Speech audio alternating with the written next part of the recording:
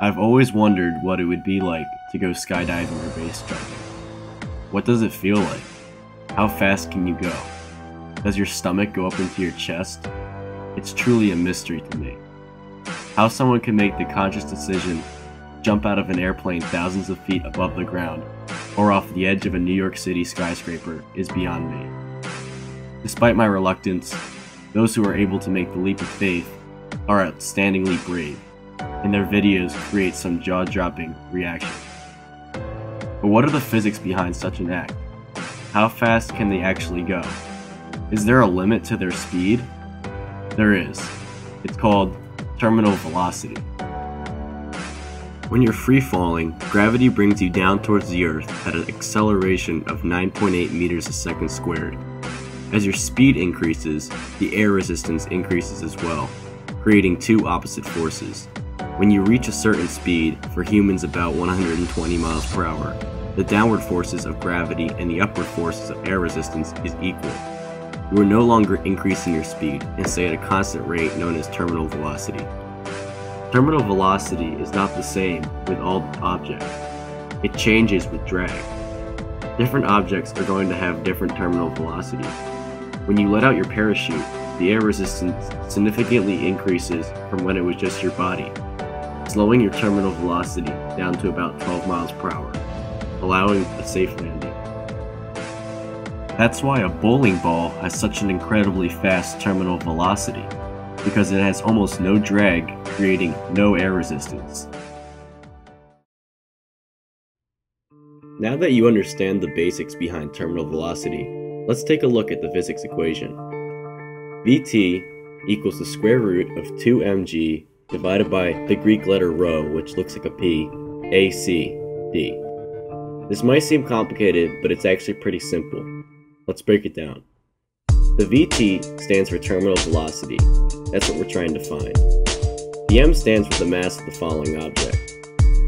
G stands for the acceleration due to gravity, as we know is 9.8 meters a second squared. Cd stands for drag, which we discussed earlier in the video. Rho stands for density of the fluid which the object is falling, which in this case is air, but can also be used in objects sinking in water. A is the projected area of the object. Plug in all these values and you can calculate the terminal velocity of a falling object. Is for you. Because of these different variables, everybody, or every animal in this cat's case, is going to have a different terminal velocity. The cat is lighter, so its m value is going to be smaller, and it's going to have a smaller area, leading to less air resistance and drag coefficient. Humans and cats will never be able to skydive together.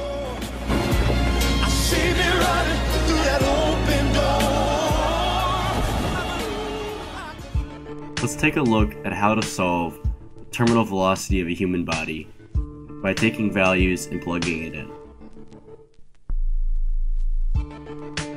First, let's look at the equation Vt equals the square root of 2mg over rho AC d. Now we're going to have our given values: 75 kilograms for an adult male, or 165 pounds. 9.8 meters a second squared, which is our acceleration due to gravity. Our coefficient is going to be 0.5, we're just going to assume that, and our rho value is going to be 1.225, which is the density of air.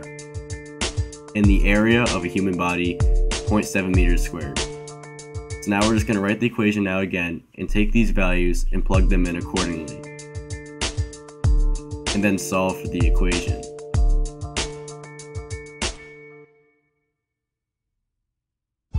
That comes out to 1,470 over 0.42875, square root of that. That's the square root of 3,428, which equals 58 meters a second. And if we want to convert to miles per hour, we're going to have to multiply it by a factor of 2.23. So we'll multiply that and get 129 miles per hour. And it can range, the terminal velocity of a human can range from 120 to 130. So our range, it fell inside our range, which means we correctly did the problem. Knowing that the drag and area components of the terminal velocity equation can affect one's speed, humans are able to manipulate how fast we can go. And this doesn't necessarily mean we can go straight down much faster, but with the use of wingsuits, we can reach a horizontal speed much faster than a normal skydiver. On the 20th of May 2011, Japanese wingsuit pilot Shin Ito set world records for the fastest speed reached in a wingsuit of 226 miles per hour. Here's a clip showing how incredibly daring these wingsuit pilots can be. I'm just looking at that hole right over there.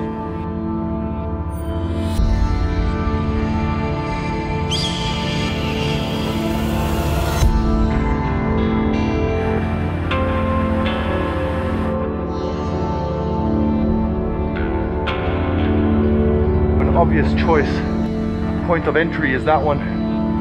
Come out this side. Yeah! Yeah, man.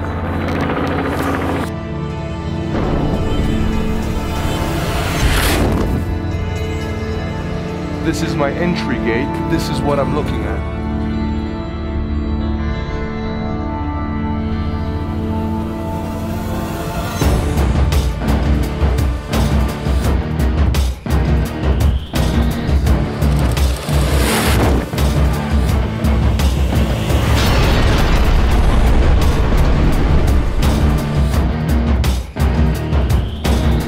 Mucho nice.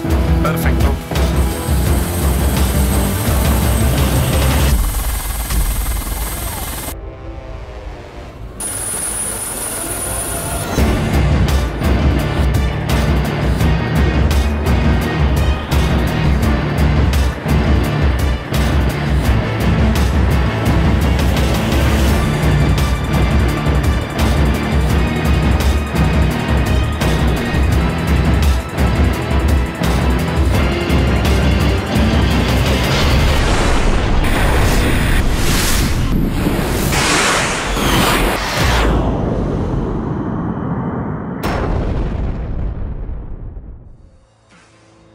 You thought that last stunt was crazy.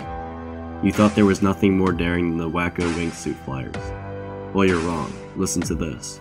After flying to an altitude of 128,000 feet in a helium-filled balloon, Felix Baumgartner completed a record-breaking jump from the edge of space. He reached a maximum speed of 843 miles per hour through the near vacuum of the stratosphere during his 4-minute and 20-second long freefall.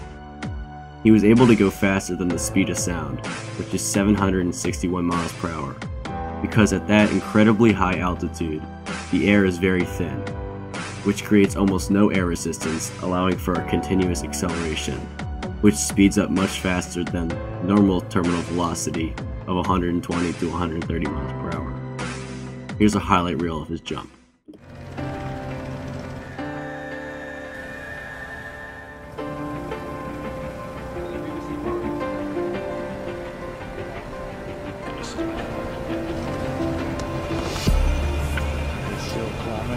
Start removing here in a little bit once you get a little bit up. Release. If you're scared, walk away, 'cause there's no need to feel ashamed. Yeah, we all feel the same. Where's your passion? Where's your fire today?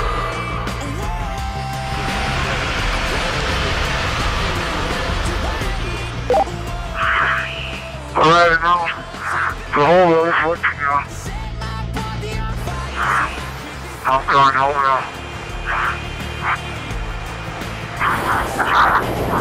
Jumper away.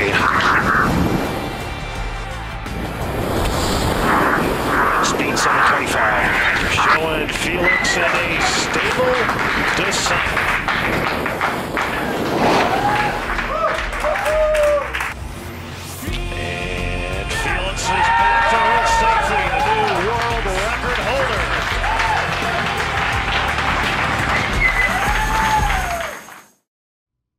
Even though I most likely will never suit up in a wingsuit and jump off a mountainside, or jump out of an airplane, or leap off the edge of a skyscraper, I have to appreciate the bravery of those who decide to take the leap of faith.